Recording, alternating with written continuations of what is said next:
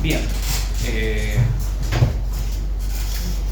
felicito por venir un día tan helado a la casa del Señor a estudiar la Biblia. Vamos a continuar con el capítulo 19 para terminarlo y hoy día iniciar con el capítulo 20. Particularmente vamos a leer desde los versículos 23 en adelante. Allí va a estar la primera lectura. Bien, leemos entonces desde el verso, estamos en Génesis 19, vamos a leer desde el verso 23 en adelante, en el nombre del Señor. Amén. El sol salía sobre la tierra cuando Lot llegó a Zoar. Entonces Jehová hizo llover sobre Sodoma y Gomorra azufre y fuego de parte de Jehová desde los cielos. 25 y 26, hermano Eliú, por favor. Amén. Y destruyó las ciudades y toda llanura, con todos los moradores de aquellas ciudades y el fruto de la tierra. Entonces la mujer de Lot miró atrás, a espaldas de él, y se volvió estatua de sal. Muy bien, 27 y 28, Gabriel. Amén. Y subió Abraham por la mañana al lugar donde había estado delante de Jehová, y miró hacia Sodoma y Gomorra, y hacia toda la tierra de aquella llanura miró, y he aquí que el humo subía de la tierra como el humo de oro. Muy bien, 29 y 30, hermana Margarita. Amén. Así, cuando destruyó Dios las ciudades de la llanura, Dios se acordó de Abraham y envió fuera a Lot de en medio de la destrucción al asolar las ciudades donde Lot estaba. Pero Lot subió de Zoar y moró en el monte, y sus dos hijas con él, porque tuvo miedo de quedarse en Zoar, y habitó en una cueva él y sus dos hijas. Bien, 31 al 32, hermana Mercedes. Amén. Entonces la mayor dijo a la menor: nuestro padre es viejo y no queda hombre en la tierra que se una a nosotros, conforme a las costumbres de toda la tierra. Ven, demos a beber vino, y nuestro padre duérmanos con él. Y durmamos con él. Y conversaremos. Conservaremos. No se preocupe, con calma. Conservaremos. De nuestro padre descendencia. Muy bien, ya, ahí está. Versículos 33, 34, hermana Vanessa. Y dieron a beber vino a su padre aquella noche, y entró la mayor y durmió con su padre, mas él no sintió cuando se acostó ella ni cuando se levantó. El día siguiente dijo la mayor a la menor: he aquí, yo dormí la noche pasada con mi padre, démosle a beber vino también esta noche, y entra y duerme con él, para que conservemos de nuestro padre descendencia. Muy bien, versículos 35 y 36, hermana Norita. Y dieron a beber vino a su padre también aquella noche, y se levantó la menor y durmió con él, pero él no echó de ver cuándo se acostó ella ni cuándo se levantó. Y las dos hijas de Lot concedieron de su padre. Muy bien, versículos 37 al 38, hermano Bernardo. ¿No? 37. Y dio a luz a mayor un hijo, y se llamó su nombre Moab, el cual es padre de los moabitas hasta hoy. La menor también dio a luz un hijo, y llamó su nombre Benamí, el cual es padre de los amonitas hasta hoy. Hasta hoy, muy bien, muchas gracias. Bien, ahí tenemos la lectura entonces de lo que nos quedaba del capítulo 19 y vemos, ¿cierto?, cómo se desarrolla esta historia. Ya vimos cómo los ángeles han forzado a Lot de salir de su casa, de salir de la ciudad. Queda paralizado, no podemos nosotros tal vez saber exactamente qué le pasó, pero probablemente lo que se entiende es que miró todo su trabajo, miró todo lo próspero, miró todo lo que él tenía y se detuvo, pero fue sacado por misericordia de Dios. La palabra ahí casi es lástima, ese es el sentido. Dios tuvo compasión, una compasión de él, y lo llevó a la fuerza, lo tomaron de la mano a los ángeles junto a su mujer y a sus hijas.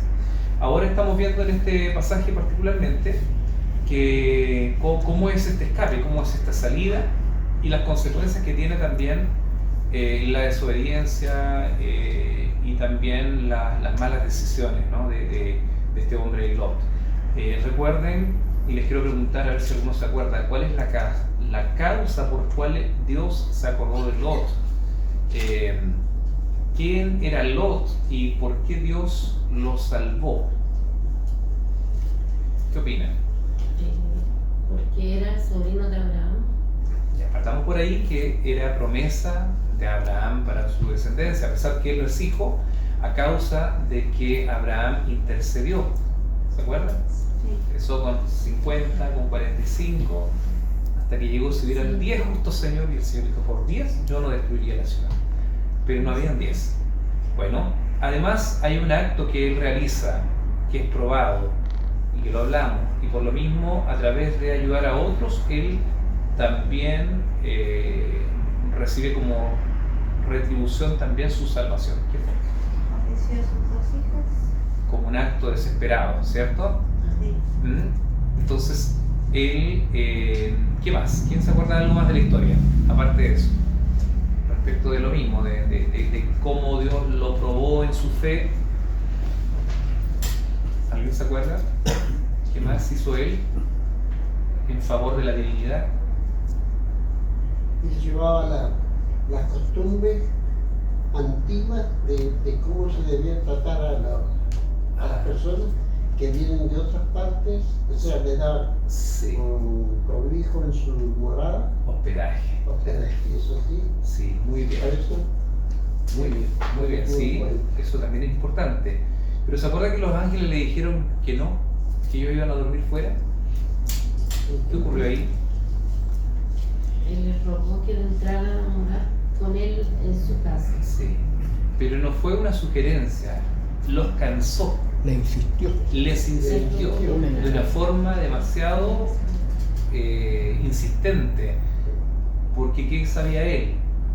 ¿Qué no quería él que ocurriese? Que le hicieran daño. Que se aprovecharan, que hicieran daño a sus huéspedes, ¿cierto? Que habían venido a él. Muy bien. Y ahí vemos también que de alguna manera Dios está probando, porque si bien esta ley del hospedaje, de ser hospedadores con el visitante, era algo muy importante en esos tiempos. No olvide que él no tiene los mandamientos de Dios todavía, pero tiene el carácter de Dios que él vio también en su tío Abraham.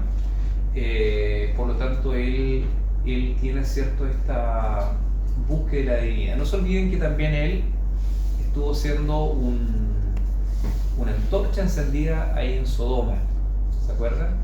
Estaba la puerta, donde estaban los jueces, donde se realizaban ciertas las conversaciones de los ancianos. Y el hecho de tener sus hijas vírgenes en una sociedad corrompida demostraba de que él era temeroso de Dios, diferente a la gente de su tiempo. ¿Sí?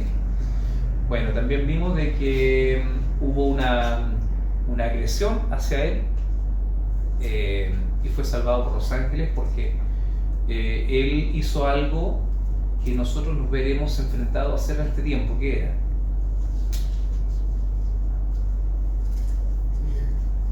¿Alguien se acuerda? ¿Gabriel? La pregunta es que él hizo algo, tuvo que confrontar a sus conciudadanos, a pesar de él poder ser violentado. Él sufre el riesgo, cierra tras sí la puerta, dejando seguro a los ángeles, y él queda ahí para poder enfrentar esa situación, que es algo que también nosotros en este tiempo nos ha tocado o nos va a tocar hacer. ¿Qué hizo Lot? ¿Qué fue lo que hizo finalmente? Estaban tratando de proteger. Como Sí. o sea, lo confrontó, o sea, querían tratar de hacer que cambiaran su manera de pensar. Ya. ¿Y qué les dijo para eso? ¿Cómo los trató? Aparte de decirle que no le hagan daño ¿Sí? a estos varones porque que no le hagan ningún tipo de maldad. Hermanos míos. Aparte de eso, Sí. los trata así como dice el hermano, hermanos míos, los trata con amor. Los trata con amor, ¿Sí? trata de llevarlos a la reflexión. No es que él esté contento de entregar a sus hijas, sino está tratando de hacerles ver que su acto está tan sobremanera pecaminoso, tan errado, que aún ellos no estaban dispuestos ni siquiera a tomar esas hijas, porque lo que querían eran a los hombres. Terrible. Y nosotros nos veremos enfrentados porque no podemos callar el mensaje. Y hablamos de eso la semana pasada, hablamos de que el mensaje no lo podemos nosotros arrojar sin ningún tipo de sensibilidad porque no va a ser aceptado. Hablamos de esto mismo, ¿se acuerdan? Hablamos de que va a ser un mensaje duro, pero en el caso de él dice: hermanos míos, no hagan tal maldad, no arrepiéntanse de esto, no hagan tal maldad. Entonces nosotros también tendremos que enfrentarnos, en este caso, en estos tiempos, a este pecado que se multiplicó en estos últimos años, que tiene que ver con la homosexualidad, el lesbianismo y todo ese tipo, ¿cierto?, de conductas sexuales que el Señor reprueba y los llama abominación. No nosotros, el Señor los llama abominación. ¿Sí? Más que una fornicación, otro pecado sexual es una abominación. Por lo tanto, nosotros estamos llamados a amar a esas personas, dijimos, y a traerlas con amor porque Dios les ama a ellos. Dios les ama a ellos. Y Dios quiere que ellos se salven. Pero ellos no conocen el camino y para eso estamos nosotros. Bueno, finalmente nos dimos cuenta que hubo no hubo aceptación y los ángeles los salvaron, ¿verdad? Muy bien, entonces ahora vamos a ver ¿está el PPT? Vamos a colocar la primera diapositiva que habla del juicio de Dios sobre Sodoma y Gomorra del versículo 24 al 25. Muy bien, vamos a ir avanzando en las diapositivas porque quiero que avancemos bastante hoy día. La siguiente diapositiva es una pintura medieval, ¿no?, de la destrucción de Sodoma y Gomorra. Según John Martin, 1832. Se ve como, hermano, un horno de fuego en realidad envuelve la ciudad y está saliendo Lot, sus hijas, y abajo se ve a la mujer transformada en estatua de sal. Apenas se ve una manchita blanca abajo.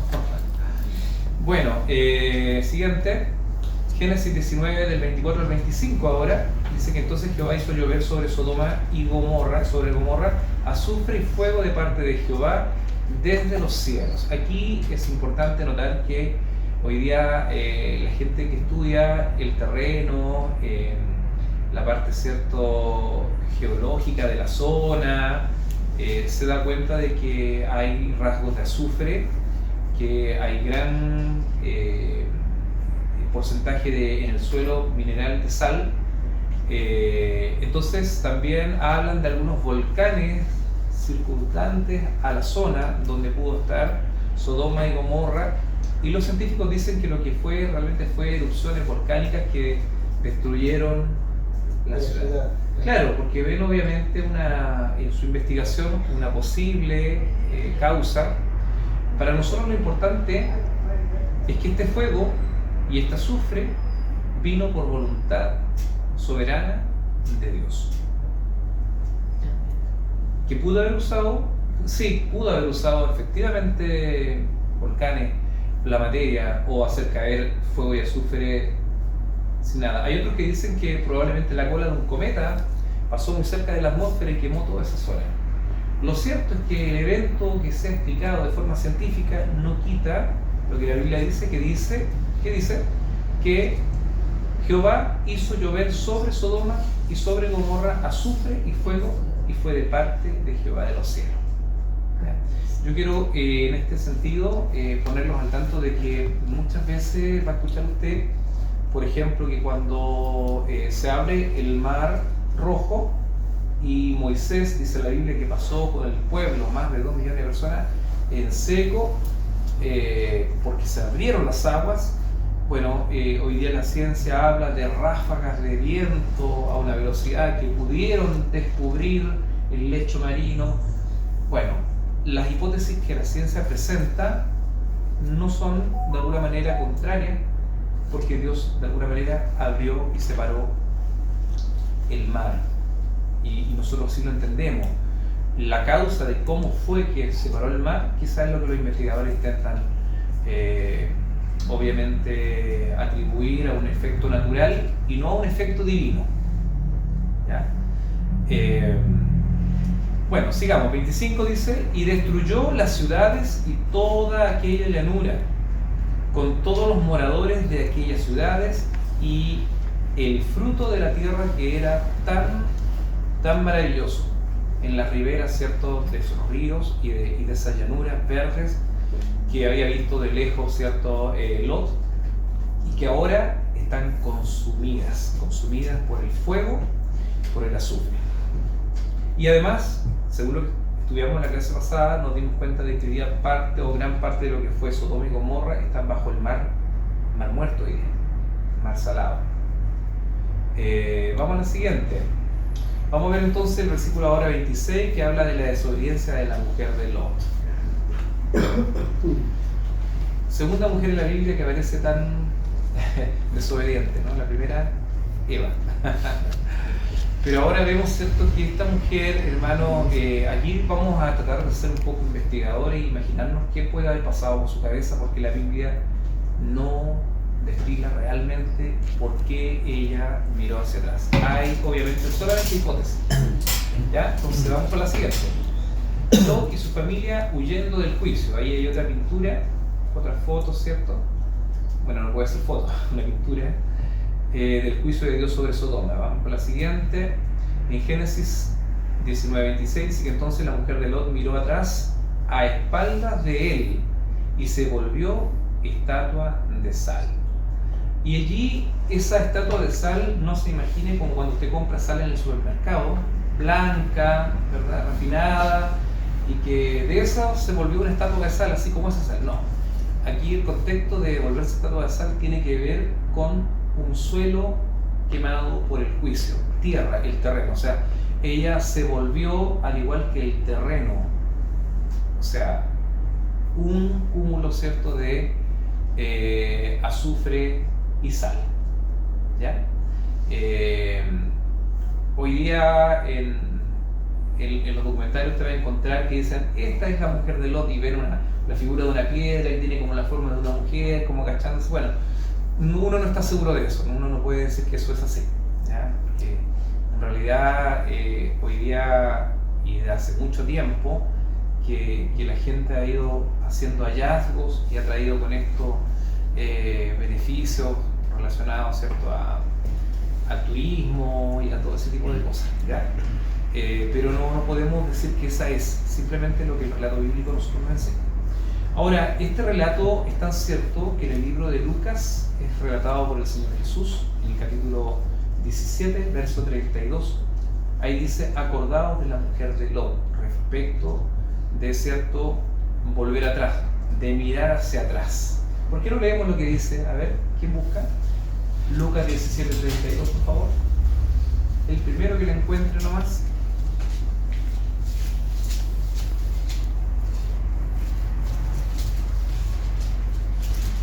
¿La tiene? Sí. Adelante, lea. ¿Desde el 32 o desde El verso 32. acordaos de la mujer de Lot? Solo eso. Solo eso. Sí. Partamos de más atrás entonces. Desde el A ver, 31. sí, 30, 31. Ya el 30 dice: así será el día en que el Hijo del Hombre se manifieste. En aquel día el que esté en la azotea y sus bienes en casa no descienda a tomarlos. Y el que en el campo asimismo no vuelva atrás. Acordaos de la mujer de Lot. Muy bien. ¿Y el 32 hasta el 33? A ver. Todo el que procure salvar su vida la perderá, y todo aquel que la pierda la salvará. Bueno, aquí el contexto está más relacionado al verso 30, 31, 32, que nos hablan ya ahora, ya y sencillamente, respecto de los bienes que se tenían. ¿Ya? El que trate, ¿cierto?, de volver a buscar su capa, o sea, mejor no lo haga, porque en aquel momento, de aquel día que dice el Señor allí, va a haber tal persecución que tendrán que huir. Aquí particularmente encontramos de que nos deja más indicios de que la mujer de Lot se detiene por curiosidad, se detiene, hermano, y mira hacia atrás también, porque está dejando atrás su vida, lo que ella tenía, sus cosas, su joya, su cocina. Tenía una cocina ampliada, tenía una cama super king. No sabemos lo que tenía, lo que sí sabemos es de que ella codició esto y se volvió atrás, desobedeciendo una orden tan sencilla como no den vuelta atrás para ver lo que Dios va a hacer. Pero allí estuvo la curiosidad, la codicia y el amor a las cosas, a los bienes. Sigamos con la siguiente. También cierto, Jesús dijo: ninguno que poniendo su mano en el arado mira hacia atrás es apto para el reino de Dios. Ciertamente la huida desde Sodoma, en un contexto también espiritual, de un lugar donde había solamente degeneración y venía el juicio de Dios, no había otra opción que ir hacia adelante, ¿no?, que huir de ese lugar. Por lo tanto, se considera este versículo como algo que debiéramos nosotros considerar, que cuando comenzamos a conocer al Señor y a avanzar y a conocerle a Él y entender de que lo mejor está bajo la obediencia que podamos tener delante de Él, ninguno poniendo su mano en el arado mira hacia atrás es apto para el reino de Dios. ¿Por qué? Porque el que toma un arado, ¿verdad?, y mira hacia atrás pierde la línea, ¿no?, y el surco sale para cualquier lado, torcido. Entonces ese ejemplo habla de poner en este caso la fe en el Señor. El que pone su fe en el Señor y sus esperanzas en Él no debe mirar hacia atrás, porque se va a desviar. El blanco es uno, pero se va a desviar del camino. Interesante ese versículo. Vamos a avanzar.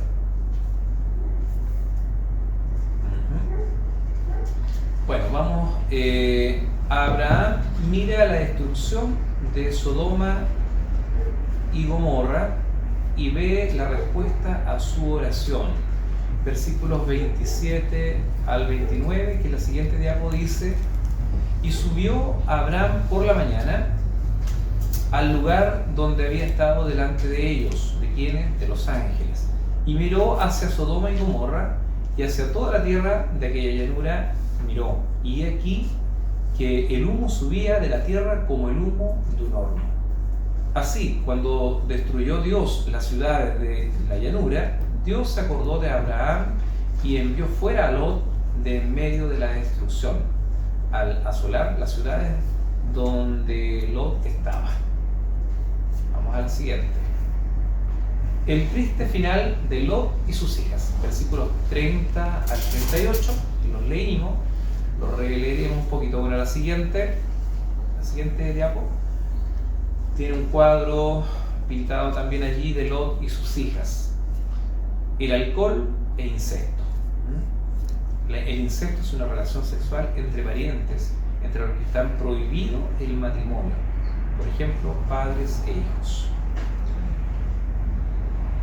Ahora vamos a leer lo que dice entonces el versículo 30 y 34. Pero Lot subió de Zoar y moró en el monte, o sea, salió de la ciudad donde él voluntariamente había querido ir. ¿Se acuerdan? Que le pidió a los ángeles que no le hicieran subir la montaña, el monte donde Dios le había ordenado a través de los ángeles, sino que él pidió ir a la ciudad de Zoar, que era poco importante. Y dijimos que poco importante o pequeña, que dice no es esta, Zoar, una ciudad pequeña, que tenía que ver, ¿cierto?, tal vez con no solamente la cantidad de gente, sino más bien con que no ocurría tanta depravación como la que ocurría en Sodoma y Gomorra. Pero ahora lo vemos que subió de Zoar y moró en el monte, porque allí tuvo cierto temor de lo que Dios también haría con esas ciudades que finalmente fueron destruidas. Porque tuvo miedo de quedarse en Zoar y habitó en una cueva él y sus dos hijas. Entonces La mayor dijo a la menor: nuestro padre es viejo y no queda varón en la tierra, que entre a nosotras conforme a la costumbre de toda la tierra.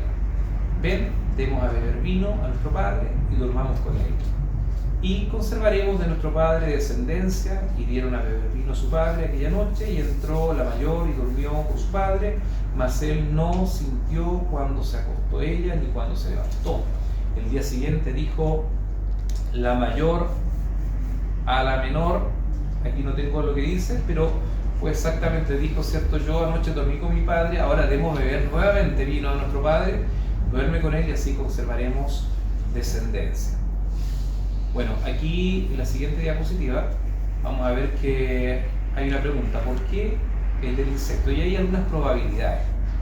Primero, la imposibilidad de asegurar descendencia para ellas era muy importante. No olvide que desde el principio la mujer estéril se sentía una mujer maldita por Dios. Entonces, la que no podía tener hijos era algo terrible. De hecho, cuando ¿se acuerdan cuando Jefté tuvo que sacrificar a su hija porque le ofreció a Dios que lo primero que saliera a recibirle lo sacrificaría a Dios si es que Jehová Dios le ayudaba a ganar la batalla? Y quien sale es su única hija, y esa joven entonces acepta la voluntad de Dios, pero ella pide 3 meses de luto por sí misma para llorar con las doncellas, con sus familiares, qué sé yo, las primas, su virginidad, para llorar su virginidad. Entonces la posibilidad de poder, ¿cierto?, procrear hijos era socialmente algo muy importante. Sin embargo, la que no podía hacerlo, por la razón que fuese, era digna, ¿cierto?, de verdad de lamento, porque estaba en desgracia. Entonces podemos ver que había para ellas una imposibilidad de asegurar descendencia. Como las ciudades de la llanura fueron destruidas, aún Zoar, donde ellas estaban, también fue destruido. Entonces aquí no sé qué faltó, ¿eh? Lo que sí puedo ver es que ellas imaginaron que no había más gente sobre la tierra, o si había alguna más, estaba casada, porque dice que no había hombre que pudiera, ¿cierto?, entrar a ellas como la costumbre, pero no podemos saber si efectivamente ellas creyeron que no había más hombres sobre la tierra o que no había ninguno libre. Lo que sí sabemos es que ellas toman esta decisión. Antes quiero decir de que creo que Lot ha cometido varios errores. Él va a Zoar no tomando el consejo de los ángeles de subir la montaña. Después sale de Zoar y va a la montaña, pero él no busca a Abraham. No se ve que hay conciencia de buscar a Abraham, su tío. Entonces finalmente es alguien que anda de forma independiente tomando decisiones. Y aquí quiero detenerme un poquito, porque a veces la iglesia es un cuerpo y es una familia. Y a veces, ¿cierto? Bueno, ayer escuchábamos el testimonio de una hermana que dijo: yo salí de aquí con la esperanza de que iba a acompañar a mi esposo, que recién había conocido al Señor, y se fue a una iglesia, yo lo seguí, duramos un poquito y nos fuimos al mundo, dijo. En el sentido de que ninguno de los dos después se congregó o buscó a Dios. Entonces se toman a veces decisiones en la vida cristiana sin dirección de Dios, sin obediencia a Dios, sin preguntarle a Dios. Y esto trae consecuencias a la vida de las personas, ¿ya? Y acá vemos, ¿cierto?, de que hay una seguidilla de errores que va a cometer Lot. Primero vamos a ver respecto de por qué el insecto. Ya dijimos la imposibilidad de asegurar descendencia. Decadencia espiritual. Por cierto, sí, la había. No hubo temor de Jehová en estas jóvenes de hacer este acto con su padre. A pesar que ya moralmente ellas sabían que no debían ver ni la desnudez de su padre. Lo que ocurrió con Noé, ¿se acuerdan? Entonces ya había un porte moral en el ser humano en ese tiempo. Y yo creo también de que en el contexto de la edad, en el tiempo de Abraham, sabiendo lo que había ocurrido en el diluvio, aún así viviendo 350 años,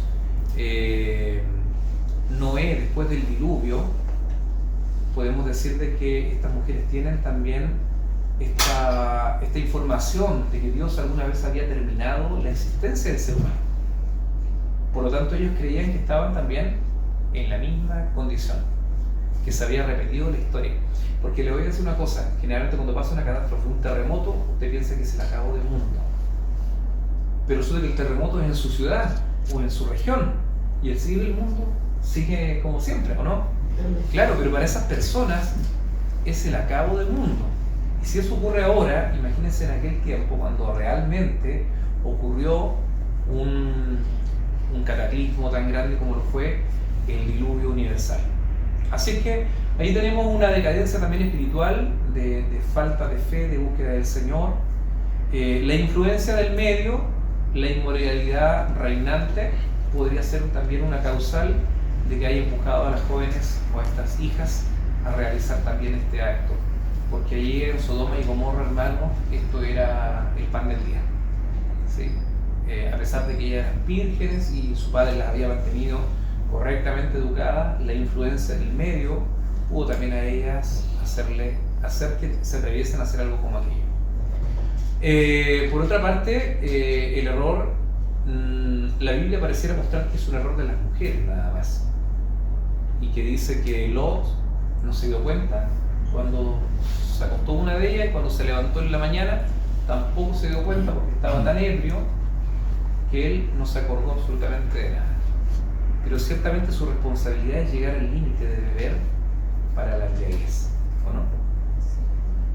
Ahí, obviamente, cuando este hombre está ebrio, ya no controla ni sus instintos, ni su conciencia, ni su moral, no lo hace.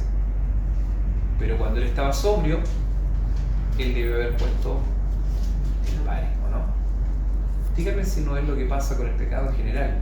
Tenemos la posibilidad de poner el pare ahora, pero voluntariamente accedemos a que se enseñoree de nosotros el pecado. ¿Algún comentario hasta aquí? Porque es bien interesante este tema del incesto ocurrido. ¿Qué opinan?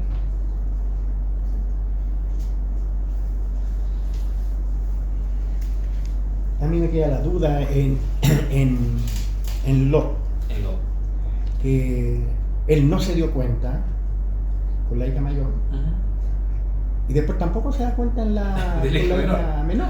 Claro. Con las dos, sí. ¿Entiendes? Entonces, el exceso de alcohol, ¿cómo puede al hombre llevarlo a ese estado, a esa condición? ¿Y cómo reaccionó en la sexualidad? Claro. ¿Cómo reaccionó? Si un hombre que llega a ese estado está como muerto, o sea, le hagan lo que le hagan, el hombre nada, porque está ebrio en esa condición. Entonces ahí como que ahí habrá intervenido Dios. ¿En qué sentido? Que esto ocurriera, que esto pasara, porque eso es un caso, digamos, no es un caso normal. No. Que pueda ocurrir, porque ahí tiene que haber actuado otra fuerza espiritual. Pero si indicáramos de que Dios intervino para que eso ocurriera, significaría que Dios es el responsable de lo que más encima después viene de esto, que vienen hijos que después vamos a ver también un poquito esta descendencia, quiénes son. Eso es imposible, no es probable, es imposible. Desde mi punto de vista, respecto de cómo estudiamos el carácter de Dios, eso es imposible. Lo que sí yo creo es que el hombre en estado de ebriedad, hay gente que dice, no me acuerdo de lo que hizo, pero bailó sobre una mesa, ¿sí? Iba por la calle y apareció con el ojo negro y con la cara negra, no sabe si le pegaron, lo asaltaron o se cayó. pero que andaba caminando, sí, funcionaba en ese momento. Entonces, yo creo que no es el caso de que tengamos que tal vez hilar fino en eso, pero por ejemplo eso sí ocurre. O sea, no está desmayado de ebrio. Sin embargo, su estado de conciencia, de memoria, es no recordar exactamente todo lo que hizo. Lo terrible me parece más lo que usted dice la segunda vez, porque usted dice, y después lo volvió a hacer la siguiente noche. O sea, después de la resaca de después sabió que algo pasó, que no me acuerdo, que tengo imágenes que se aparecen en mí de la locura, de lo que sea, volvió a beber vino otra vez, de la misma forma. Entonces, yo no diría que es un acto, sin embargo, está dentro de los actos que Dios permite y que no está de acuerdo, ¿no? O sea, Dios no podría estar de acuerdo en algo que él mismo ha vivido. ¿Sí? ¿Alguien tiene otra opinión respecto a esto mismo? Yo lo mismo, creo que el resultado del segundo punto de ella, de la decadencia espiritual, puede ser, porque si uno lo ve con el tiempo de ahora igual, es como lo mismo, encuentro yo, que simplemente puede ser el resultado de alguien que estaba apartado de Dios, que se estaba apartando y pasó, se dejó llevar, no sé, pero encuentro que es como el resultado de alguien que está lejos de Dios. Ahora note esto, que se puede estar cerca de Dios y al siguiente día estar lejos de Dios. Porque el hombre Lot, por ejemplo, tanto tiempo viviendo ahí, en medio de todo ese tipo de situaciones de pecado, de maldad, porque ahí había inmoralidad, pero extremo, mucha inmoralidad. Entonces, viendo él eso, entonces como que eso, la gente lo llevaba ahí en la sangre, ellos, entonces, Lot hizo muchas cosas positivas, muchas cosas buenas, pero también él estaba en un cuerpo de pecado, de maldad. Entonces, sí. Entonces también los impulsos de él tienen que haberlo también en un momento dado, haberlo traicionado, sus impulsos. Bueno, más adelante cuando avancemos nos vamos a dar cuenta de las faltas de Abraham, un hombre cierto que es siervo de Dios, es profeta de Dios y vuelve a fallar. Vamos a verlo en el siguiente capítulo 20. Entonces nos vamos a dar cuenta de que el hombre está sujeto a pecado, ¿sí? Luego cuando vemos, no se olvide que hasta allí, ¿cómo se justificaba el hombre por la fe? Bueno, creyendo, pero principalmente a través del sacrificio de animales, lo cual es un sacrificio imperfecto. Luego vemos nosotros que ya en el Nuevo Testamento, con el sacrificio perfecto de Cristo, ahora la gente nace de nuevo. Me atrevería a decir que en el Antiguo Testamento la gente no nacía de nuevo por medio de los sacrificios. Era perdonado, pero no era nacido de nuevo, como lo vemos después en el Nuevo Testamento. No sé si alguien está de acuerdo con lo que digo, si les parece, porque después vemos, ¿cierto?, que viene el trabajo del Espíritu Santo que convence al hombre de pecado y que lo hace una nueva criatura por la fe, ¿sí? Que es una persona nueva, un nuevo nacimiento, un hombre espiritual. Bueno, vamos a avanzar, no nos vamos a quedar ahí, avancemos porque si no nos vamos a quedar atrás. Sigamos. Quedó en blanco. ¿Quedó blanco? No le puedo creer. ¿Cómo yo tengo más? A ver. Ah, no, yo tampoco tengo más. Vamos a ir a la siguiente diapo, ya. Hasta aquí entonces tenemos. ¿Alguien más quiere aportar algo respecto de este tema de Lot, de su... Por supuesto, Yo pienso que ahí la culpa no solamente de Lot, primeramente viene de la hija mayor de Lot, sí, que ella, pero no pensando en el pecado, sino en tener descendencia. Sí. Le dieron de beber vino a Lot. Y como dices tú, se bebió mucho seguramente y ya ahí el ser humano se pierde la noción de las cosas.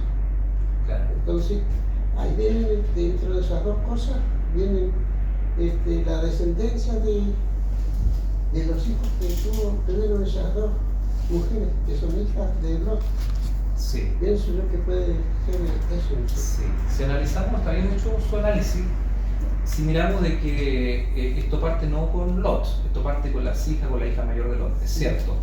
Y parte con una necesidad de tener descendencia, lo cual podría ser totalmente loable. Sin embargo, consiguen o buscan conseguir por la vida pecaminosa la concepción de algo que debe ser sagrado. Es como si, por ejemplo, un ejemplo loco, ya necesitamos construir una iglesia más grande porque hasta que se cae. No tenemos plata, pero es bueno que tengamos una iglesia más grande, la necesitamos. Entonces pongámonos de acuerdo y vamos a ir a un supermercado y vendemos todo y hacemos platita. Y tenemos plata para poder hacer todo ahora, no para mí, no para los hermanos, para construir un templo. Lo primero era loable, un buen deseo, pero la consecuencia de obrar en contra de la voluntad de Dios tiene mucha importancia. Ahora, si bien el hombre se embriagó y las mujeres, sus hijas, abusaron de él, podemos decir, ¿sí o no? Sí. Él está fuera de sus sentidos. Sus hijas están con sus sentidos. Ellas abusan de su padre, porque él no es quien está, pero el pecado de él está en permitir que esto ocurra desde el principio. Esta es su responsabilidad. Esta es su responsabilidad. Así que si analizamos, todos tienen razón un poco en lo que se dice, pero vemos que finalmente hay una consecuencia. No podemos decir que esto fue algo que realmente no había alguna responsabilidad de Lot porque estaba él. Sí, creo que la hay. ¿Sí? ¿Están de acuerdo? ¿Alguno no está de acuerdo? Porque uno podría no estar de acuerdo. Sí, hay consecuencias que actualmente cuando sucede eso, los niños nacen con alguna malformación y hay una consecuencia debido a ese acto inmoral. Muy bien. Bien, mi hermana, muchas gracias. Gabriel, mientras tanto, comparte por favor al computador tu internet. Yo te mandé un video a tu WhatsApp. Si puedes abrirlo ahí.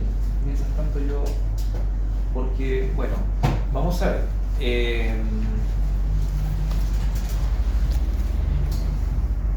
El versículo 37 dice que, bueno, el 36, Génesis 19, 36 dice, y las dos hijas de Lot concibieron de su padre.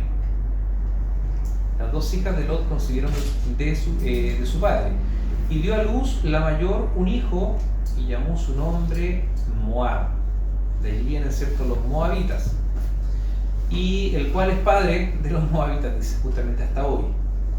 Y la menor también dio a luz un hijo y se llamó su nombre Benjamín, el cual es padre de los amonitas hasta hoy. ¿Se acuerdan un poquito de esta gente? De los amonitas y de los moabitas. ¿Qué relación tenían con el pueblo de Dios?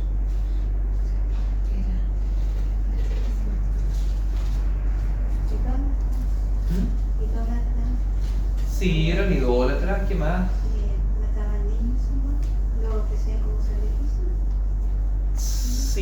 Sí, dentro de todos sus rituales había este tipo de prácticas de sacrificios humanos, pero en relación con el pueblo de Israel.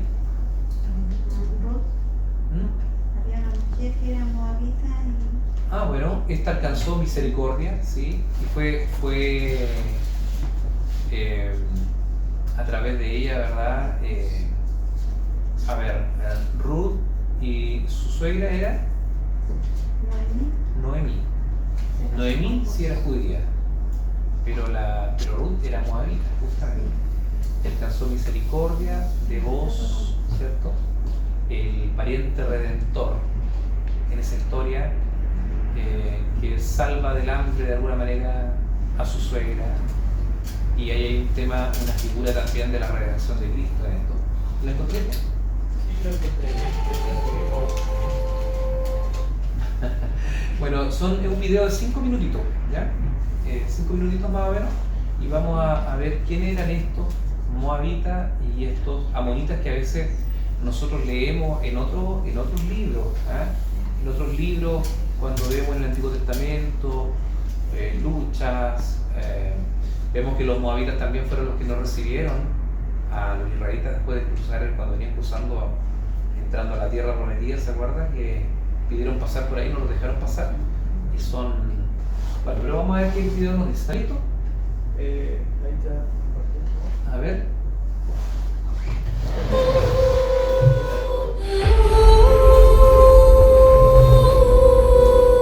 Los moabitas eran un pueblo que defendía a Moab, hijo de Lot. Eran parientes cercanos de los israelitas e incluso lograron vivir con ellos amigablemente en algunos períodos de la historia. Pero en muchas otras ocasiones, los moabitas fueron enemigos implacables de los israelitas. En este video podrás conocer la historia de los moabitas y entender lo que les pasó a esta vieja gente. Moab era hijo de Lot, fruto de una relación incestuosa con su hija mayor. Más allá de Moab estaba también el padre de Ben-Amí, el antepasado de los amonitas, a través de otra relación incestuosa con su hija menor. Este comportamiento inmoral presente en la familia de Lot, posteriormente, también se reflejó en la inmoralidad que tuvo lugar entre los hijos de Israel y las hijas de Moab, como leemos en Números capítulo 25. El significado del nombre Moab es incierto. Algunos estudiosos sugieren que tal vez su significado podría ser el de mi padre. Si este nombre es correcto, entonces se referiría a la forma en que Moab fue concebido. De todos modos, eso no es más que una mera especulación, ya que no hay base para el origen y la etimología de este nombre en el texto de Génesis capítulo 19. Cada vez que el nombre Moab aparece en la Biblia, no se refiere a una persona en particular, sino que se utiliza para designar el territorio y pueblo de Moab, es decir, los moabitas. ¿Y cuál era la tierra de Moab? Moab estaba en una meseta al este del Mar Muerto, a unos 1000 metros sobre el nivel del mar. La región de Moab estaba bien favorable a la producción agrícola. En Moab se producían especialmente cereales y uvas, y la cría de ovejas era otra actividad importante en la economía de Moab. El tamaño de la tierra de Moab varió según el momento de la historia política de su pueblo.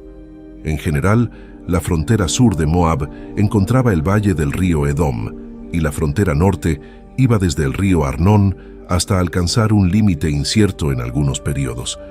Lo más probable es que esa región fuera habitada desde muy temprana edad y que los descendientes de Moab se establecieran allí, mezclándose con la gente local a través del matrimonio. Con el tiempo, se convirtieron en el pueblo dominante en esa región y, por lo tanto, su nombre sirvió para designar a toda la población y al propio territorio. Entonces, Moab era un reino bien organizado que tenía una estructura política y edificios grandes, además de pequeños. Se ubicaron fortalezas en puntos estratégicos en sus fronteras. Incluso la Santa Biblia menciona varios pueblos y ciudades, y el pueblo moabita por mucho tiempo experimentó cierta prosperidad. Logró extenderse por la meseta y conquistó varios pueblos expandiéndose hacia el norte. En la Biblia, los moabitas también aparecen en estrecha asociación con sus parientes amonitas. Cuando el éxodo del pueblo de Israel de Egipto, los moabitas ya estaban designados como un pueblo poderoso. Como leemos en Éxodo capítulo 15, versículo 15. La religión de los moabitas se parecía al paganismo cananeo. Practicaban varios rituales impuros en sus cultos de celebración de la naturaleza y la fertilidad. Eran devotos de la diosa de la fertilidad, pero parece que, entre todas las deidades adoradas por los moabitas, la principal era el dios de la guerra, que sin duda fue la deidad nacional de los moabitas. Ofrecían sacrificios de ovejas y vacas. Además, practicaban sacrificios humanos como ofrendas a su dios. La relación entre los israelitas y los moabitas está registrada en varios pasajes bíblicos. Hubo períodos de convivencia amistosa e intercambio económico y cultural entre las dos personas. Incluso en una ocasión, Moisés fue impedido por el Señor de atacar a ese pueblo, sino que los moabitas y también los amonitas fueron severamente reprendidos por Dios por haberse levantado contra Israel y por no haber sido hospitalarios con los israelitas cuando salieron de Egipto. Además, Balac, el rey moabita, contrató al falso profeta Balaam para maldecir al pueblo de Israel. Cuando los israelitas acamparon en las llanuras de Moab, antes de cruzar el Jordán, se involucraron de manera inmoral con las mujeres moabitas y madianitas y participaron en su idolatría. Por todo esto, se ordenó que fueran excluidos de la congregación. La Biblia también dice que cuando Moisés murió, fue enterrado en un lugar desconocido en la tierra de Moab. Y después de Josué, en el período de los jueces de Israel, Dios permitió que los moabitas oprimieran a los israelitas debido a su desobediencia. Esta opresión moabita duró 18 años, durante el gobierno del rey Eglón, hasta que Dios levantó a un hombre zurdo para liberar a su pueblo. Fue también durante el período de los jueces que la familia de Elimelec emigró a Moab, y luego sus hijos casados con mujeres moabitas huérfanas, y Ruth la moabita se unió a ellos. Después de que murieron Elimelec y sus hijos, Noemí y Ruth regresaron a Belén. Por fe y amor, Ruth fue aceptada en la tribu de Judá porque se casó con Boz, convirtiéndose en antepasada del rey David y en consecuencia del mismo Señor Jesús Cristo. Durante la monarquía en Israel, Saúl luchó y derrotó a los moabitas en sus campañas militares. Y cuando David tuvo que vivir como un fugitivo, envió a sus padres a Moab en busca de refugio. El rey David también sometió a los moabitas. Cuando el reino de Israel se dividió después de la muerte de Salomón, los moabitas lograron ganar su independencia. Pero poco después, durante el reinado del honorable padre de Acab, los moabitas volvieron a ser subyugados por Israel. Sin embargo, tras la muerte del rey Acab, los moabitas se rebelaron una vez más y lograron escapar de nuevo del yugo de Israel. Entonces el rey de Israel, el rey Josafat de Judá y el rey de Edom formaron una coalición para atacar a los moabitas. Sin embargo, el acto perverso del rey moabita, que sacrificó a su propio hijo, hizo que la ofensiva fuera abortada. Después fue el turno de los moabitas, las amonitas y los edomitas de formar una confederación. Sin embargo, esta confederación atacó a Judá, lo que causó confusión entre ellos y llevó a su propia destrucción, frustrando los planes de ataque y ayudando al reino de Israel. Además, el reino de Israel sufrió mucho con las incursiones de los merodeadores moabitas, como al final de los días del profeta Eliseo, a mediados del siglo VIII a.C. Los moabitas fueron subyugados por los asirios, y Moab comenzó a integrarse y a pagar tributo al gran imperio asirio. Después de la caída de Siria, los moabitas aparecen en la narrativa bíblica como parte del ejército que entró en Judá durante el reinado de Jehoiacín. Sin embargo, no pasó mucho tiempo antes de que los moabitas participaran en una conspiración contra Babilonia. Entonces, el rey Nabucodonosor se levantó fuertemente en contra de ellos para dominarlos nuevamente.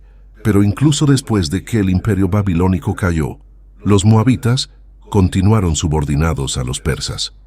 En el período posterior al exilio, los moabitas todavía se mencionan como una raza en fuentes históricas, pero poco a poco empezaron a mezclarse y a ser completamente asimilados por los grupos árabes.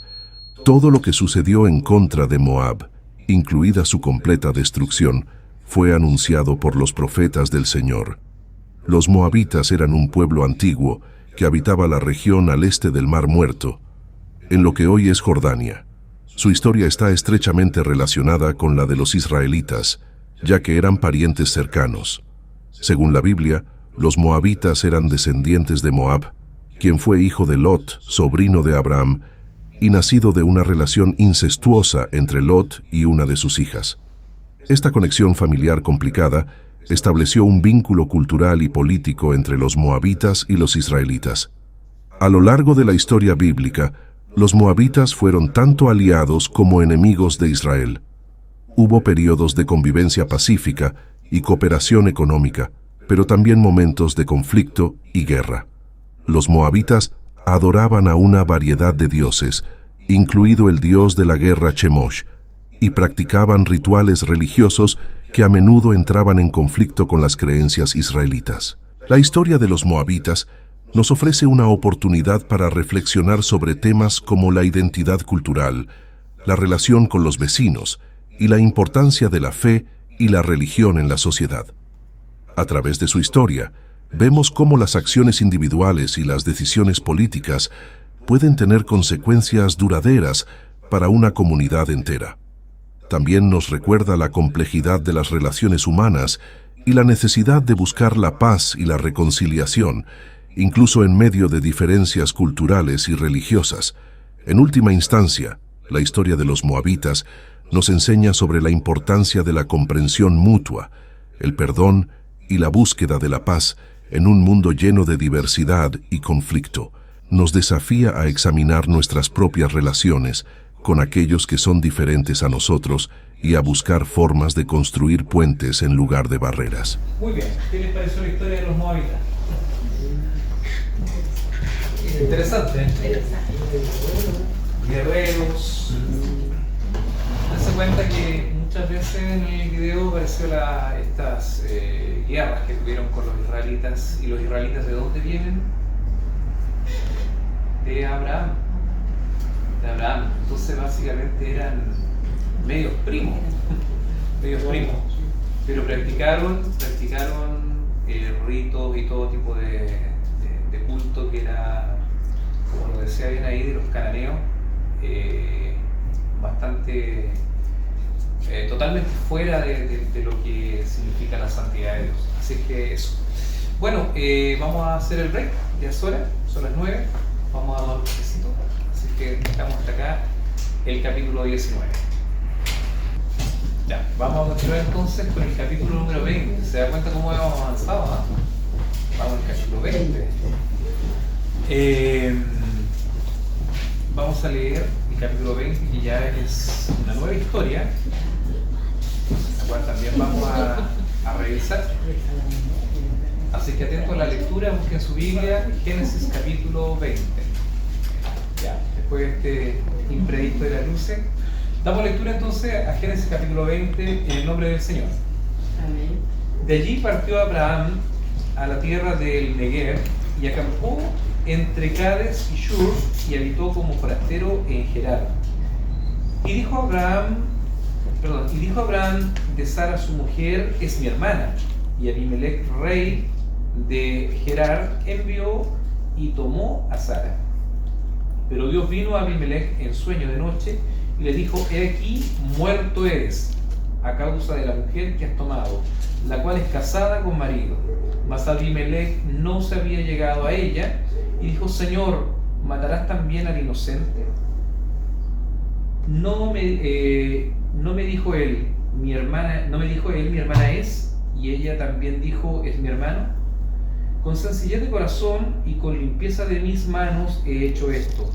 Y le dijo Dios en sueño: yo también sé que con integridad de tu corazón has hecho esto, y yo también te detuve de pecar contra mí, y así no te permití que la tocases. Versos 7 y 8, hermano Bernardo. Ahora pues, devuelve a la mujer a su marido, porque es profeta y orará por ti y vivirás.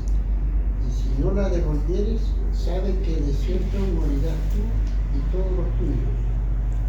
Entonces Abimelech se levantó de mañana y llamó a todos sus siervos y dijo todas estas palabras en los oídos de ellos.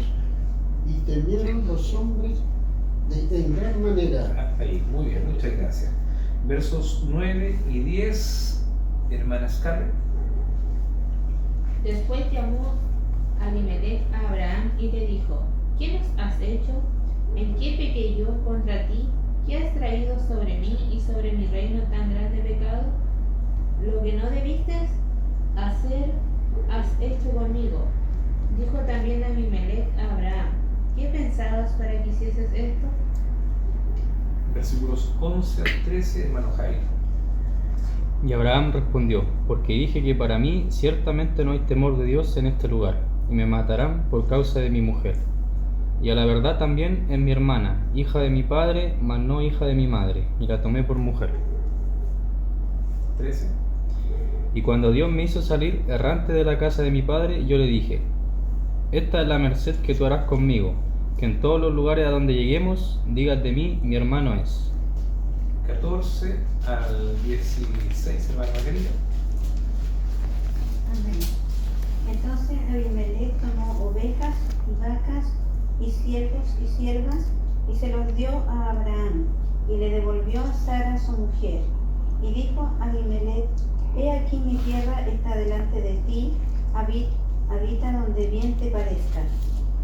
Y a Sara dijo: he aquí he dado 1000 monedas de plata a tu hermano, mira que él te es como un velo para los ojos de todos los que están contigo y para con todos. Así fue vindicada. Versículo 17 al 18, hermano Gabriel. Entonces Abraham oró a Dios, y Dios sanó a Abimelech y a su mujer y a sus siervas, y tuvieron hijos, porque Jehová había cerrado completamente toda matriz de la casa de Abimelech a causa de Sara, mujer de Abraham. Muy bien, muchas gracias. Ya, vamos entonces a pasar la primera diapositiva para ir viendo los temas que aquí se tocan en este capítulo número 20. Bien, vamos a ver los puntos que vamos a ir tocando. Punto 1, Abraham y Abimelech en Gerar. Después, ¿cierto?, tenemos la verdad versus la mentira y sus consecuencias. Luego vamos a ver la siguiente diapo, que vamos a ver allí dentro de todos estos temas importantes. Dentro de la historia, el viaje de Abraham a Gerar, que está en el versículo 1 y 2, la obra de Dios en Abimelech y la gravedad del adulterio, versos 3 al 7. Después, en tercer lugar, la reacción y respuesta de Abimelech. Luego, en el cuarto aspecto, el reclamo de Abimelech a Abraham. El quinto aspecto, las excusas de Abraham. El sexto aspecto, la compensación de Abimelech a Abraham. Y por último, la oración de Abraham y la respuesta de Dios. Muy bien, en los versos 17 y 18. Vamos a la siguiente. Bueno, acá tenemos un pequeño mapa respecto de la inmigración. Mire todo lo que ha recorrido Abraham. Comenzó en Ur y ya está llegando, ¿cierto?, a los sectores cercanos, ¿cierto?, al Nilo, a Egipto. Muy bien, vamos a la siguiente.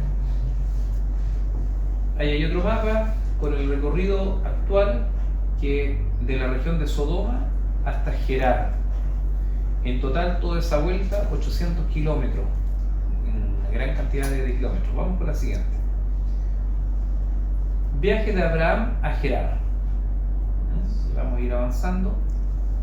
Ahí tenemos un dibujito. Abraham y Sara descienden a Gerar. Él, no se olvide, no va solo, va con una gran cantidad de pueblo, de gente.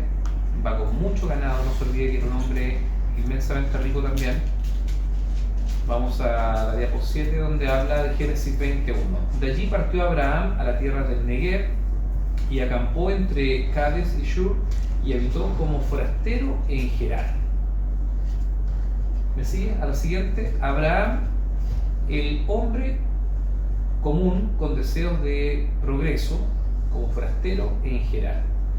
Él llega a ese lugar y llega, ¿cierto?, obviamente con la intención de allí, no se olvide que es diferente a la actitud cuando entró a Egipto, donde había hambre en la tierra.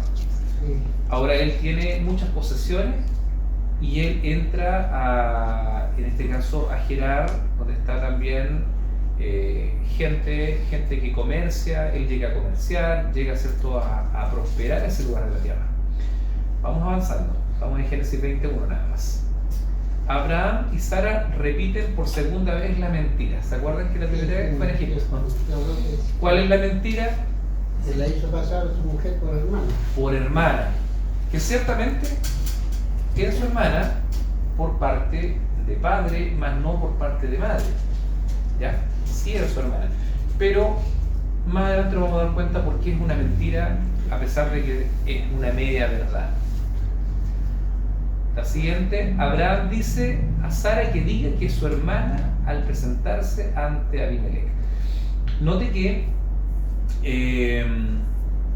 él piensa, por supuesto, en su respuesta después de que piensa que allí también algo le puede pasar, pero que como siempre pareciera que comete el mismo error de exponer a su mujer al peligro de que sea tomada por otro hombre. Me parece que es una cosa extraña, no muy digna de Abraham, de un hombre que decimos que es un hombre que confía en Dios, que tiene fe.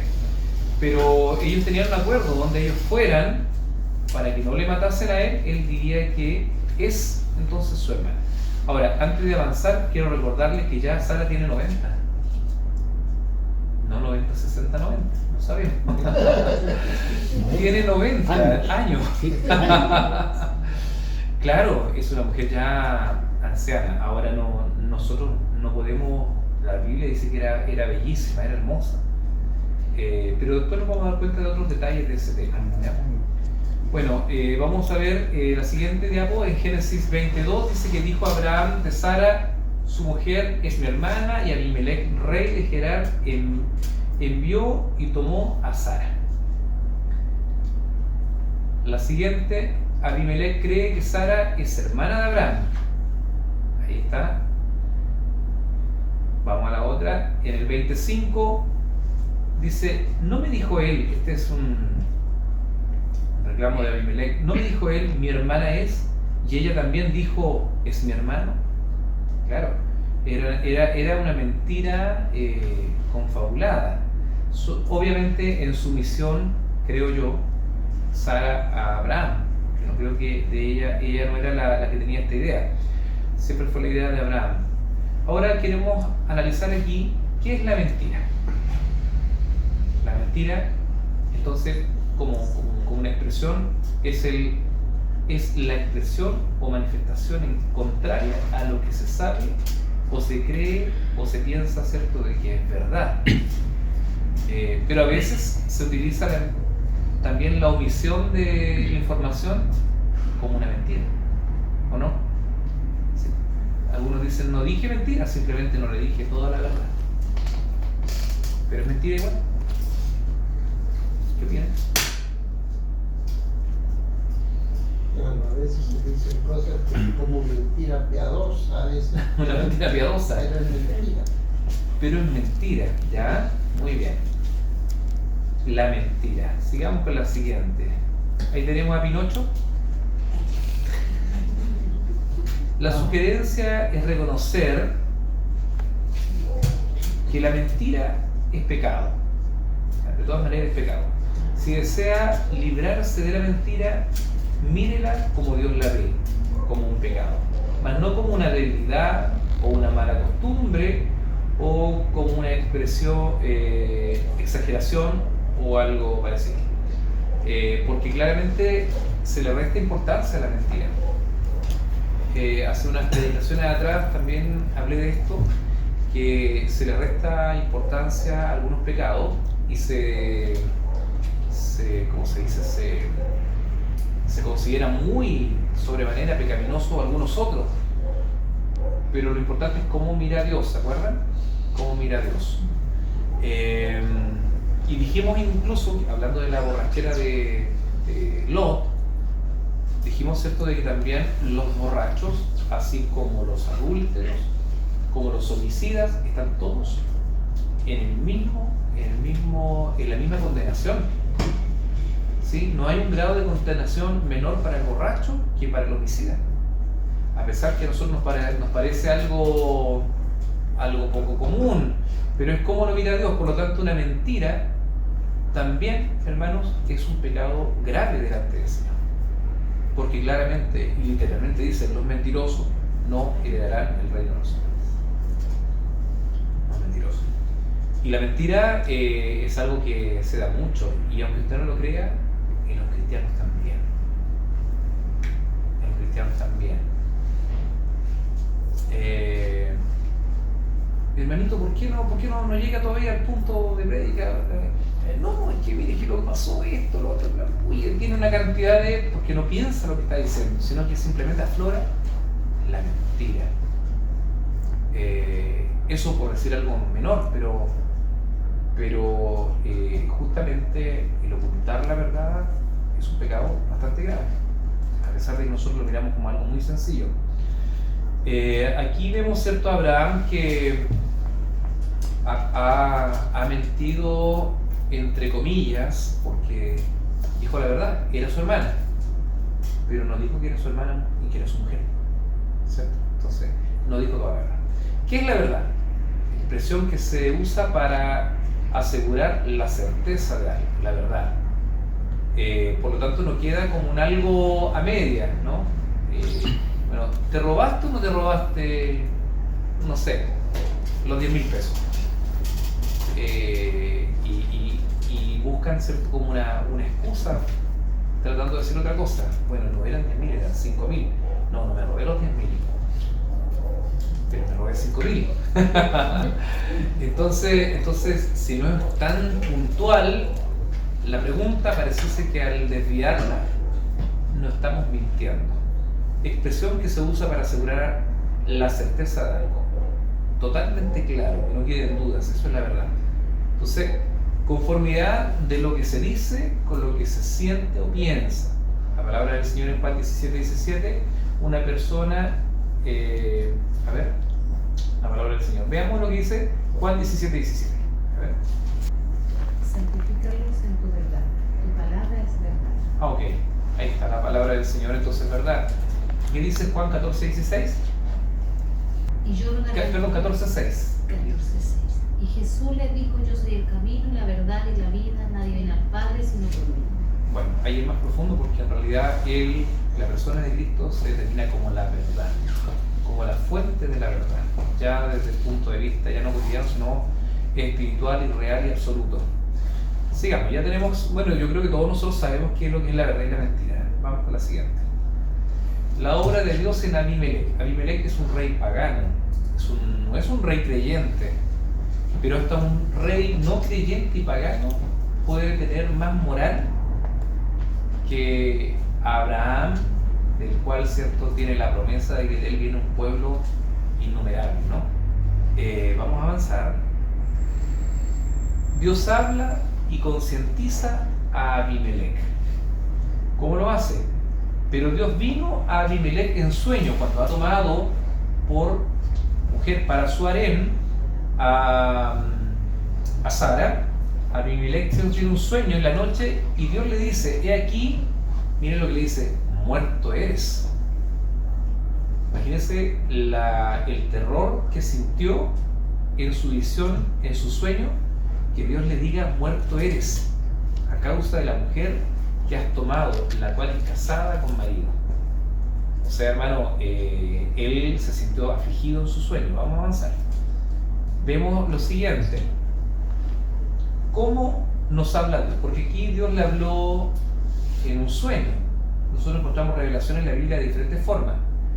Y vamos a tomar la Biblia para que estemos más o menos listos para leer. En el Salmo 8 dice que la naturaleza nos habla. Lea algunos versículos porque es muy largo, pero vamos a leer algunos. Desde el principio. Sí. Oh Jehová, Señor nuestro, cuán glorioso es tu nombre en toda la tierra. Has puesto tu gloria sobre los cielos, en la boca de los niños y de los que maman fundaste la fortaleza, a causa de tus enemigos, para hacer callar al enemigo y al vengativo. Cuando veo tus cielos, obra de tus dedos, la luna y las estrellas que tú formaste, digo: ¿qué es el hombre para que tengas de él memoria, y el hijo del hombre para que lo visites? Le has hecho poco menor que los ángeles y lo coronaste de gloria y de honra. Le hiciste señorear sobre todas las obras de tus manos, todo lo pusiste debajo de sus pies. Ovejas y bueyes, todo ello, y asimismo las bestias del campo, las aves de los cielos y los peces del mar, todo cuanto pasa por los senderos del mar. Oh Jehová, Señor nuestro, cuán grande es tu nombre en toda la tierra. Muy bien, ya. Ese salmo nos habla de que la naturaleza nos dice que hay un Dios. O sea, Dios habla por su naturaleza. Cuando miro tus cielos, obra de tus dedos, la luna y las estrellas. Digo, ¿qué es el hombre para que tengas de él memoria? O sea, Dios me está hablando a través de la admiración que podemos tener de la naturaleza, de las cosas creadas, de reconocer que todo lo puso como al servicio nuestro. Así que ahí la palabra de Dios nos enseña que Dios sí nos habla por la naturaleza. Bueno, de hecho también cuando vemos el libro de Romanos respecto a la revelación de Dios, hay una revelación natural, ¿verdad? Y una revelación especial. La revelación natural es aquella que se realiza porque el hombre, al contemplar solamente a Dios, o sea, la naturaleza, la existencia misma, tiene que reconocer que hay un Dios. Dios se le revela por la naturaleza. Bien, también se revela por las Escrituras. 2 Timoteo 3:16, ¿quién lo tiene? Amén. Toda la Escritura es inspirada por Dios y útil para enseñar, para redarguir, para corregir, para instruir en justicia. Muy Amén. bien. Toda la Escritura es inspirada por Dios. Allí tenemos entonces, bueno, cuando habla de la Escritura, es todo lo que tenemos en nuestra Biblia es inspirado por Dios en su revelación. Quiero aclarar esto. En su revelación, por ejemplo, en el Génesis lo escribe, ¿cierto? ¿Quién? ¿Quién escribe el Génesis? Más fuerte. Moisés. Moisés lo escribe. Moisés no estuvo en la creación, ¿sí? Pero él escribe el Génesis. Entendemos, ¿cierto?, de que hubo revelación divina allí. Pero no significa que todo lo que él escribió, cada palabra que allí ocurrió, fue inspirada por Dios. ¿Cómo así? Él no pudo haber inspirado a la serpiente para que le diga a Eva, con que Dios os ha dicho no comáis de todo árbol, ¿sí? Sino que sabe Dios que el día que coma de él, ¿cierto?, serán abiertos vuestros ojos. Eso no puede ser una inspiración de Dios. Sin embargo, la revelación de que eso ocurrió, sí es revelada por Dios. A eso se refiere. Porque en la Biblia usted va a encontrar no solamente revelación divina, sino hechos históricos, ¿o no? Hechos históricos, hechos proféticos, que sí son inspiración de revelación divina. No sé si me explico en lo que estoy diciendo. Ese versículo cuando dice toda la Escritura es inspirada por Dios, quiere decir de que está en nuestra Biblia porque a Dios le pareció de que eso tenía que estar allí. Esa inspiración la recibieron los santos hombres de Dios. Pero no significa que todo lo que se dijo en esos relatos haya sido inspiración de Dios. ¿Me explico? ¿O alguien no entendió? Vuelvo a repetir. Algo muy claro. Génesis, ¿cierto? Capítulo 3. No puede Dios haber inspirado a la serpiente a decir lo que dijo. ¿O sí?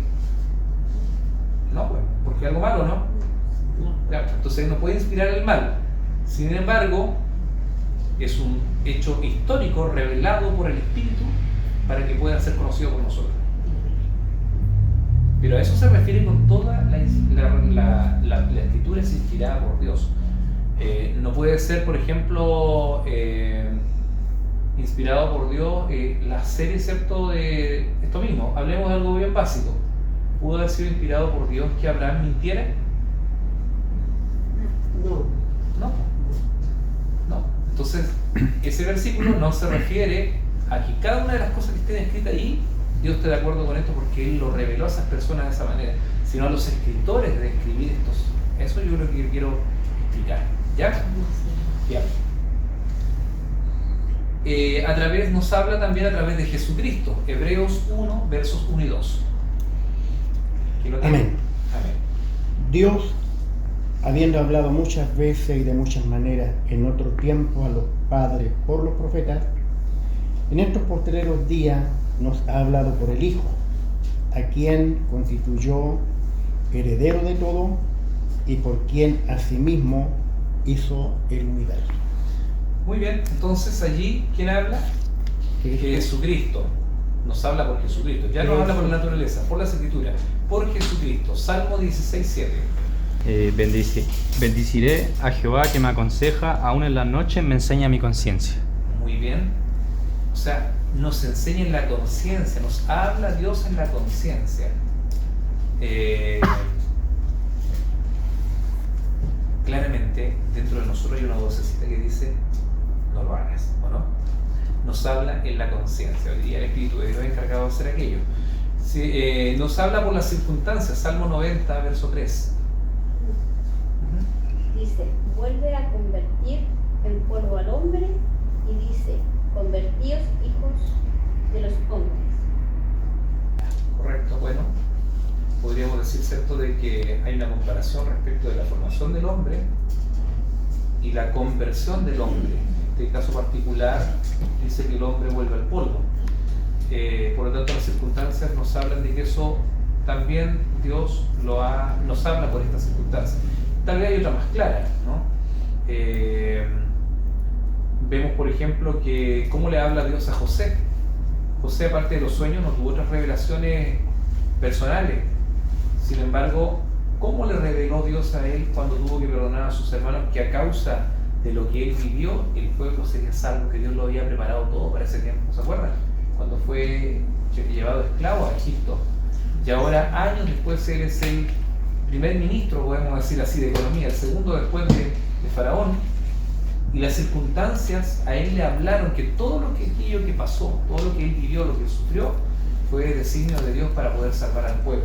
Y gracias a que él estaba en ese poder, el pueblo de Israel, la familia de su padre, Jacob, pudo entrar a Egipto y multiplicarse. ¿Sí? Creyentes en Dios, o sea, Jeremías 1, versos 17 y 19. Dios nos habla por los creyentes en Dios. A ver. Tú pues ciñe tus lomos, levántate y háblales todo cuanto te mande. No temas delante de ellos, para que no te haga yo quebrantar delante de ellos. Porque he aquí que yo te he puesto en este día como ciudad fortificada, como columna de hierro, y como muro de bronce contra toda esta tierra, contra los reyes de Judá, sus príncipes, sus sacerdotes, y el pueblo de la tierra, y pelearán contra ti, pero no te vencerán, porque yo estoy contigo, dice Jehová, para librarte. Muy bien. Ahí hay una orden al profeta de hablarle al pueblo, de no callar y de que él lo va a respaldar. También nos habla a través de creyentes en Dios. Y en estos tiempos, a través de los predicadores, a través de los estudios bíblicos, a través, ¿cierto?, del expositor de la palabra en general.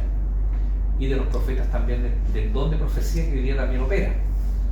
7, Job 33. Job 33, del 14 al 16. Sueños y visiones. Sin embargo, en una o en dos maneras habla Dios, pero el hombre no entiende. Por sueño en visión nocturna. Cuando el sueño cae sobre los hombres, cuando se adormecen sobre el lecho, entonces revela al oído de los hombres y les señala su consejo. Muy bien, gracias. O sea, de que también a través de los sueños Dios revela su voluntad, ¿sí? Y visiones también que Él da. Muy bien, vamos a dejar hasta aquí entonces el estudio del día de hoy, por la hora que ya avanzó. Y le doy gracias a todos ustedes por venir. ¿Alguna duda que haya quedado de lo que ya conversamos? ¿Alguna opinión antes de cerrar?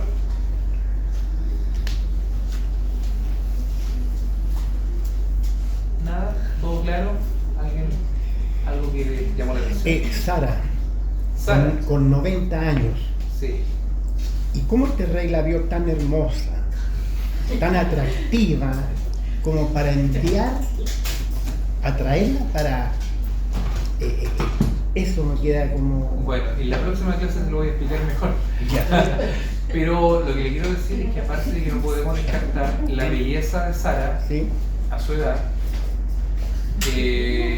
tenemos que decir lo siguiente, que los harén de mujeres para los reyes no era un tema romántico, era un tema de jerarquía y un tema político. ¿Ya? Y eso también lo vamos a ver un poquito en la próxima clase. Entonces, él era un trofeo para su harén, no necesariamente un tema romántico. ¿Sí? ¿Ya? ¿Bien? Sí, porque la tomó por mujer. Sí, pero no alcanzó a tomarla. Bien, vamos a despedirnos. Usted mismo nos va a despedir con esa pregunta que hizo tan íntima. Bueno, oramos. Amén. Padre bueno de misericordia, en esta hora alabamos, bendecimos su nombre, Padre, porque usted es bueno y para siempre es su misericordia.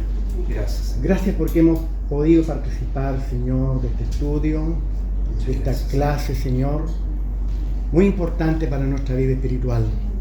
Abre cada día nuestro entendimiento y danos, Señor, sabiduría para poder aprender, Señor, tu santa y bendita palabra. Bendiga a su Hijo, Señor, que usa cada vez en este estudio bíblico, mi hermano Wilson. Dele, Padre, también la gracia a él, porque él se da el tiempo, Señor, también de aprender para transmitir estos conocimientos a nosotros. Bendígale y fortalézcale, Señor, cada día. Y gracias por esta bendición, en el nombre del Padre, del Hijo y del Espíritu Santo de Dios. Amén. Amén. Demos gloria al Señor. Gloria a Dios. Gloria a Dios. Gloria a Dios. Gracias. Muchas gracias.